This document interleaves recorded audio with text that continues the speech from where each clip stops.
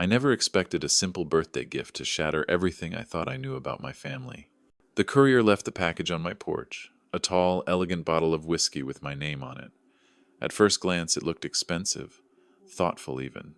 But the moment I read the sender's name, my blood ran cold. It was from Jason, my son. He knew better than anyone. After the heart attack 3 years ago, I wasn't supposed to touch a drop of alcohol. Not now, not ever. One sip could send me straight back to the hospital or worse. And yet, here it was. No card, no warm wishes. Just that bottle, heavy in my hands, like a cruel joke.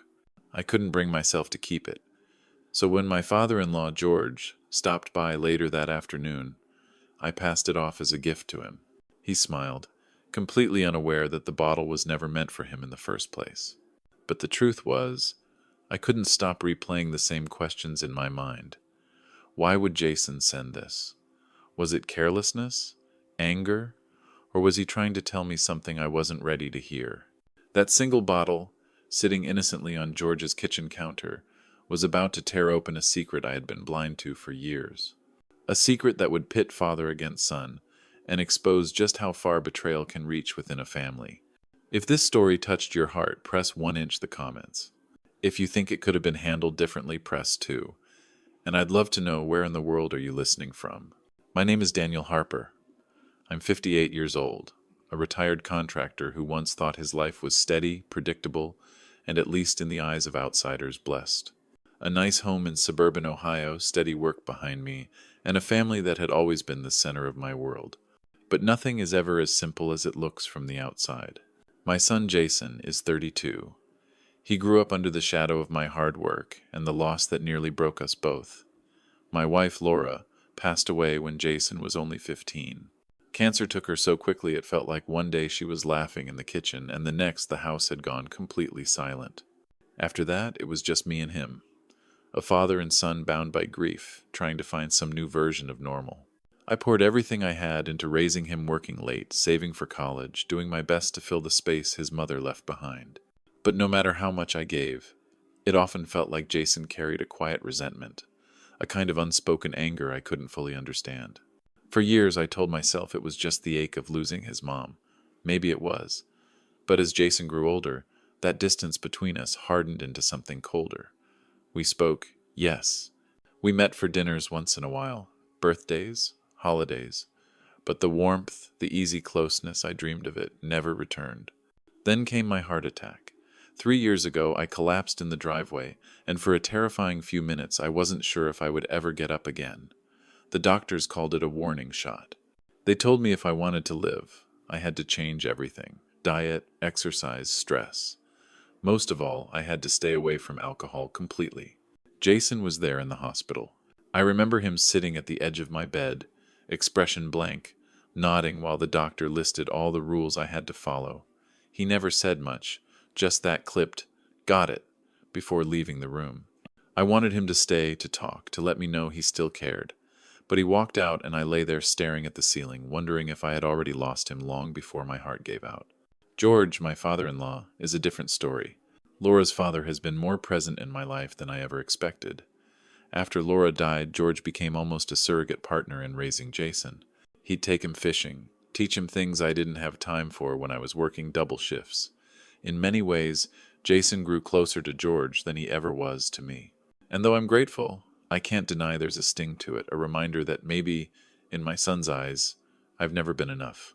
So when Jason's package showed up on my birthday, a bottle of whiskey with my name written across it, it didn't just feel like a careless mistake. It felt deliberate, calculated, almost like a message aimed at the deepest wound I carried. Why would my son, the boy I fought so hard to raise alone, send me something he knew could kill me? At that moment, I didn't have the answer. But the unease that took root that day would only grow, twisting into suspicion, then into fear, until it consumed every corner of my life. And in the end, it wasn't just about a bottle of whiskey. It was about a secret Jason had been keeping all along, one that would break open the fragile peace we'd built, and force me to see him in a way I never imagined. George was delighted with the bottle. He cradled it in his hands like it was a prize catch from one of his fishing trips. "Well, Danny, this is a fine gift. You didn't have to," he chuckled, tapping the glass. I forced a smile. It's from Jason, I said quickly, waving it off as if that explained everything. George's brow furrowed. Jason? For you? I nodded. Yeah, but you know I can't drink. I thought you'd enjoy it more. For a moment, George looked puzzled. He glanced down at the bottle again, then back at me, as though he wasn't sure if he should say something. But then he shrugged, gave a soft laugh, and carried it into the kitchen. I thought that would be the end of it. Just a misplaced gift. Something I could push out of my mind. But that night, as I sat alone in the living room, the unease returned, stronger than before. I kept seeing Jason's handwriting on that package. Sharp, cold. Not even a "Happy Birthday, Dad." Just my name. The questions gnawed at me. Why send whiskey of all things? Was it ignorance? He had been there when the doctor told me no alcohol, not even a sip. Was it some twisted joke? Or was Jason angry at me for something I didn't understand? By morning, I couldn't shake it, so I decided to call him. He answered on the third ring, his voice flat. Dad. Jason, I began carefully, trying to keep the edge out of my voice. I got your package yesterday. Silence on the other end.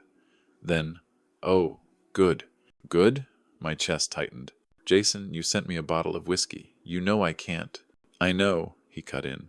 His tone was sharp, almost irritated, as if I were stating the obvious. Then why? Why would you send me something you know could put me back in the hospital? There was another pause. A long one. I could hear faint traffic noises in the background. Maybe his car window rolled halfway down. When he finally spoke, his voice was low. Maybe it's time you stop pretending you're so fragile. The words hit like a slap. My grip on the phone tightened, and for a moment I couldn't speak. Fragile? I repeated. Jason, a doctor told me one drink could kill me. That's not pretending. You always play the victim, he muttered, almost to himself. Always the man with the weak heart, always needing someone to take care of you. The call ended abruptly after that. He hung up before I could say another word. I sat there staring at the silent phone, my pulse racing. This wasn't just carelessness. There was venom in his words, resentment, and I couldn't for the life of me understand where it came from. Over the next week, the tension only grew. George, oblivious to the storm building inside me, opened the bottle one evening when I was over for dinner. He poured 2 glasses, one for himself, one for Jason. That was the moment my stomach dropped. Jason didn't look surprised to see the bottle. In fact, he smirked as George set his glass down, as if he had expected it, as if the bottle had ended up exactly where he wanted it to be. I watched him raise the glass, swirling the amber liquid, his eyes flicking toward me just long enough to send a chill down my spine. It wasn't just a drink, it felt like a message, a test. That night I barely slept, my mind spun in circles. Why would my son do this? What was he trying to prove? Then, 2 days later, the real shock came. George called me, his voice shaky. Danny, I think you'd better come over. When I arrived at his house, the bottle was nearly empty, sitting on the counter. George wasn't drunk, he looked disturbed. He handed me a folded piece of paper he said he found tucked under the lining of the bottle's box. I opened it with trembling hands. Inside was a single sheet, covered in Jason's handwriting. Sometimes the only way to move forward is to erase the past. No greeting, no signature, just that one sentence. My heart pounded in my chest. Erase the past? What did that mean? Was it about Laura? About me? Or was Jason hinting at something much darker? I stared at the note until the words blurred. Whatever Jason was hiding, it was no longer just about a thoughtless gift. This was deliberate, calculated. And for the first time, I felt a flicker of fear not just for myself, but for what Jason was capable of. The note burned in my pocket for days. Erase the past. The words looped through my head like a warning, or maybe a threat. I wanted to believe Jason was just being dramatic, lashing out in some twisted way. But the look in his eyes when he raised that glass at George's dinner, it wasn't careless. It was calculated. I knew I couldn't confront him directly, not yet. So I did what I could. I started watching. The first thing I noticed was his distance. Jason had always been a little withdrawn, but lately he avoided me entirely. Calls went unanswered. When I stopped by his house unannounced, I saw his car in the driveway, lights on inside, but no one came to the door. I began to wonder if it was more than resentment, maybe he was hiding something. One evening I called my daughter Emily. She and Jason had grown up close, but lately even she admitted he seemed different. Different how? I pressed. She hesitated. He's secretive. He doesn't tell me much anymore. And when he does talk about you, Dad, it's not kind. Her words sliced deeper than I wanted to admit. Not kind was an understatement. Jason's bitterness was becoming impossible to ignore. That same week, I found myself back at George's house. The bottle was still there, now nearly drained. I stared at it, the amber liquid clinging to the bottom like residue of something toxic. I picked up the box it had come in, tracing my fingers along the inside lining. That's when I noticed something strange. Another crease, like the paper had been lifted before. I pulled at the cardboard flap, and sure enough, a second slip of paper slid out. My pulse quickened as I unfolded it. This time the handwriting was rushed, jagged. You can't build a future on lies. I froze. 2 notes, 2 cryptic messages, both hidden inside a gift Jason knew I couldn't accept. This wasn't random, it was intentional. But what lies was he talking about? I decided I needed answers. Real answers. That night, after George went to bed, I quietly took the box and the bottle home with me. I examined every inch of it under a desk lamp. On the underside of the box, faintly scratched into the cardboard, was a number, a date maybe, the 14th of May, 2098. At first it meant nothing. But then, as I stared at it, my chest tightened. That was the year Laura left me. Jason had been just a boy, angry, confused, clinging to her memory while I tried to hold our lives together. Could this be about Laura? Was Jason blaming me for the divorce after all these years? Or was it something worse, something I had never been told? I didn't sleep that night. I kept pulling the notes from my pocket, laying them out on the table like pieces of a puzzle. Erase the past. You can't build a future on lies. 05年14月98日. They weren't just messages. They were breadcrumbs. The next day I drove to Jason's office. I told myself it was just to check in, maybe clear the air. But when I pulled into the parking lot, I saw him outside, leaning against his car, speaking heatedly on the phone. I cracked the window, listening. His voice was sharp, clipped. No, he doesn't know yet. But he will. Soon. I froze. My gut twisted. He glanced around suddenly, as if sensing eyes on him, and I ducked low in my seat. A second later, he hung up, got in his car, and drove off. I sat there in the silence of my car, heart pounding, every doubt crystallizing into something heavier. Jason wasn't just angry. He was planning something. And whatever it was, I was at the center of it. For days, the pieces circled in my head like vultures. The bottle, the hidden notes, the date, and Jason's words on the phone. He doesn't know yet, but he will, soon. I had spent weeks feeling powerless, like a man waiting for his own son to deliver the final blow. But that night, something inside me shifted. If Jason thought he was pulling the strings, he was wrong. I wasn't going to sit in the dark anymore. The first step was simple. I needed to test him. I invited Jason over for dinner. Laura cooked his favorite meal roast chicken with rosemary and garlic, but Jason barely touched it. He sat stiffly at the table, his phone buzzing in his pocket every few minutes. Every time it lit up, he glanced down nervously, then flipped it face down again. When dessert came, I decided to play my hand. I slid the empty whiskey bottle across the table toward him. Good choice of gift, I said lightly. George enjoyed it. Jason's face drained of color. For a fraction of a second, panic flashed in his eyes before he quickly masked it with a smirk. Glad someone liked it, he muttered, stabbing at his plate. But that reaction told me everything. He hadn't expected me to pass the bottle on. He had wanted me to keep it, to drink it. That was no gift, it was bait. After dinner, when Jason left, I slipped out the back door and followed him in my car. My hands gripped the wheel so tightly my knuckles ached. I told myself this wasn't about spying, it was about survival. He drove across town, past the city lights, to a quiet bar tucked between a laundromat and an old pawn shop. I parked a block away, watching from the shadows. Through the smoky glass window, I saw him meet a man I didn't recognize, tall, lean, with a scar running down his cheek. They spoke in low tones, leaning close. At one point, Jason pulled something from his jacket and slid it across the table. Papers. My stomach churned. The stranger flipped through them, nodded, then handed Jason a sealed envelope. My son tucked it into his pocket like contraband before finishing his drink and leaving. I waited 10 minutes before stepping inside. The bar smelled of stale beer and cigarette smoke. The scarred man was still there, hunched over a whiskey, but the papers were gone.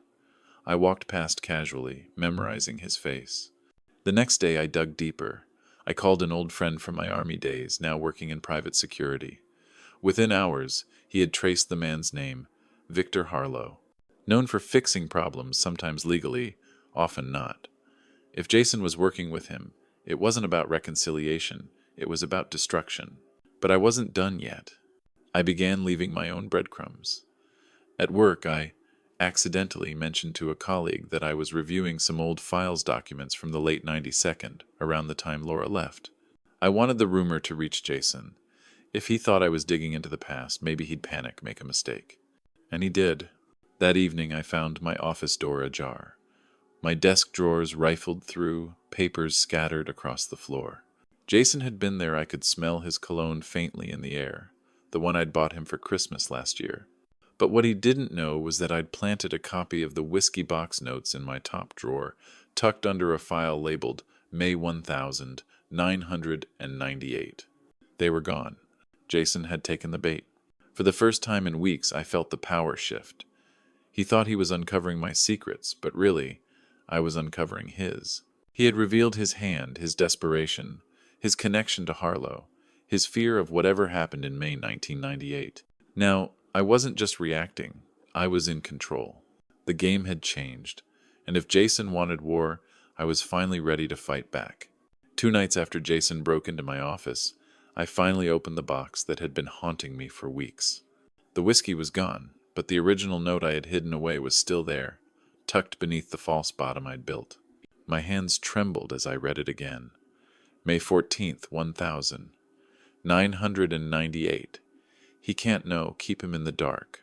For years I had told myself that Laura leaving back then was because of distance, stress, and bad timing. But that note, the date, the secrecy, it suggested something much darker, and Jason knew. That was why he was acting this way. He wasn't just angry at me, he was protecting something, or someone. I pressed my old friend in security to dig further. Within a day, he found a sealed hospital record from 1998 tied to Laura's name. My pulse spiked as I scanned the file. She had delivered a baby boy that year. A baby born 3 months after she'd vanished from my life. My world tilted. Jason wasn't my only child. The record showed the boy had been adopted privately. Hush, hush. No father listed. Only Laura's name and Victor Harlow's signature as a witness. It hit me like a freight train. Jason's anger, the strange notes, the dangerous partnership, it all pointed to this hidden brother. My son had known all along. He'd grown up resenting me for not being there, for abandoning a child I didn't even know existed. And now, with Harlow in the picture, Jason wasn't just keeping secrets. He was planning something with them. That evening, I confronted Jason not with accusations, but with calm precision. May 14th, 1998, I said quietly, standing in his doorway. He froze. The phone in his hand slipped, clattering onto the hardwood floor. His face drained of color. Where did you hear that? I stepped closer. You think you've been the one controlling this, Jason. But I know now, I know about your brother. His breath hitched, chest rising and falling too quickly. He backed against the wall, eyes darting everywhere but mine. You don't understand. You were supposed to stay out of this. It wasn't your story to uncover. That's where you're wrong, I said, my voice steady. It's mine as much as yours. You think hiding the truth makes you stronger, but it's eating you alive. Look at yourself, Jason. You're trembling. And he was. His hands shook violently as he tried to scoop his phone off the floor. He fumbled, cursed under his breath. The mask he had worn for weeks, smug, cold, untouchable, crumbled in seconds. I didn't want this to happen, he burst out suddenly, his voice cracking. He promised it would stay buried. He promised. He? I pressed. Jason shut his eyes tight, like a child trying to block out the world. Victor. He said you'd never know. He said if you found out, everything would collapse. The panic in his voice told me what I needed to hear. Jason wasn't the mastermind. He was caught, cornered, manipulated by a man who thrived on secrets. But Victor hadn't expected me to dig this far. And now, with Jason unraveling before me, the truth was no longer their weapon. It was mine. I put a hand on Jason's shoulder, not as a father forgiving, but as a man who finally saw the battlefield clearly. It's over, I said firmly. You can keep running with him, or you can stand with me. But either way, Jason, the truth is coming out. Jason's eyes brimmed with fear, darting toward the window as though Victor himself might burst through it at any second. He wasn't scheming anymore. He was cornered prey, desperate, flailing. And in that moment I realized the man who thought he had broken me was the one breaking apart. The storm hit the city that night, rain pounding against the windows as if the sky itself wanted to warn me. But I had made up my mind this had to end. I called Jason, told him we needed to meet. To my surprise, he didn't resist. His voice was flat, resigned. "Victor wants to see you too," he said. We met at the abandoned warehouse by the river, the same place where my father once stored lumber decades ago. It felt fitting, a relic of the past, now the stage for secrets to finally bleed into the light. When I arrived, Jason was already there, pacing. His face was pale, his hair damp from the rain. A few feet away stood Victor Harlow, towering and smug, his trench coat dripping water onto the concrete floor. He looked like he owned the place. "So," Victor said smoothly, his voice echoing off the steel walls, "the prodigal father finally decides to dig where he shouldn't." I kept my eyes on Jason. "This isn't about me and you, Victor. This is about him, about what you've done to my son." Jason flinched, but Victor only smirked. "I haven't done anything to your son that you didn't start yourself. You abandoned Laura when she needed you most. You left your children to pick up the pieces. I simply gave Jason what you never could, the truth." "That's a lie," I shot back. "I didn't abandon anyone. I didn't even know about the baby Laura carried. You kept that from me." Jason's eyes darted between us, confusion and guilt battling inside him. "Enough!" he shouted, his voice breaking. "Stop twisting everything. I can't keep living like this." Victor turned sharply, his calm mask cracking. "Careful, boy. You think he's here to save you? He'll only drag you down. With me, you have power. With him, you have regret." I stepped forward, close enough to see the fear flickering in Jason's eyes. "Jason, look at me. You're not the villain here. You're my son. Everything you've done, the notes, the whiskey, the threats, they weren't yours, were they? They were his." Jason's lips trembled. His silence was all the confirmation I needed. Victor snarled. "Pathetic. I told you to be strong. And now? You're ready to throw it all away for him?" He pulled a folded envelope from his coat and waved it in the air. "The adoption papers. The proof. Do you want him to see what you've been hiding all this time?" Jason's knees buckled. "Don't," he whispered, his voice small. I squared my shoulders. "You don't control us anymore, Victor. You've used secrets as weapons for decades, but tonight they die here." Victor's eyes narrowed, venom flashing across his face. "You think exposing this will save you? You'll destroy him. Do you really want the world to know Jason tried to poison his own father?" The words cut deep, but I didn't waver. I looked at Jason, who stood frozen, tears cutting paths down his cheeks. "You didn't want to hurt me. You were desperate. And that's on him, not you." Victor scoffed, stepping closer. "You're weak, Daniel. That's why she left you. That's why Jason will leave you too. Blood is nothing without strength." Something inside Jason snapped. His fists clenched, his chest heaved, and for the first time he turned fully on Victor. "Number, I'm done being your puppet. You made me believe he was the enemy. You made me hate him. But all this time it was you feeding me poison." Victor's face twisted in rage. He lunged forward, grabbing Jason's arm, but Jason shoved him back with a force that startled both of us. Papers flew from Victor's hand, scattering across the wet floor hospital records, adoption forms, all of it laid bare. I bent quickly, picking up one sheet. The ink bled from the rain, but the words were still legible. Adoptive guardian, Victor Harlow. My chest clenched. Of course. He hadn't just hidden the truth. He had taken Laura's child and buried him in lies for his own gain. You stole him, I said hoarsely. You took Laura's baby. You made sure Jason grew up resenting me, all so you could control him. Victor's eyes blazed, but before he could respond, Jason stepped between us. His voice shook, but it carried weight I hadn't heard before. It's over, Victor. I won't let you control me anymore. Or him. For a long, tense moment, the only sound was the rain hammering the roof. Victor's chest heaved, his eyes darting, calculating. Then, for the first time, I saw it. Fear. The predator finally realizing the hunt was over. I placed a hand on Jason's shoulder. You don't have to fight him alone anymore.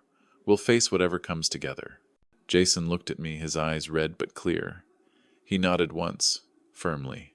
Victor, cornered, spat on the ground and stormed toward the exit, but not before snarling, "This isn't the end. Secrets never stay buried."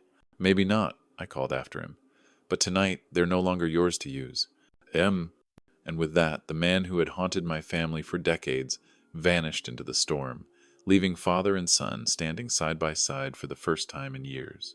The storm passed by morning, leaving the city washed clean, as if nature itself had chosen to start over.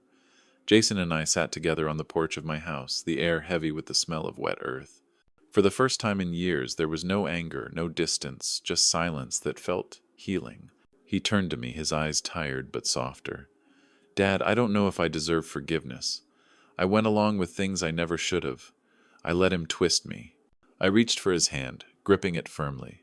"You were a boy carrying a burden you didn't choose. Victor manipulated you. What matters now is the choice you made tonight to walk away from him and to stand with me." Tears welled in his eyes, and he let out a shaky laugh.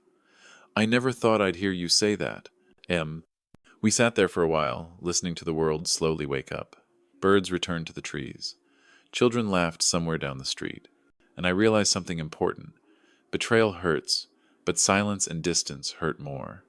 Families don't break because of secrets, they break because those secrets stay hidden. I turned to Jason and said quietly, "We can't change the past, but we can decide what comes next. And what I want is simple. No more walls between us. No more half-truths." "Oh." He nodded, his face steady. "I want that too." Victor's shadow would linger, of course. Men like him never truly disappear. But he no longer had power over us. Not because the truth erased the pain, but because we chose not to let lies define us anymore. That night taught me something I'll carry forever.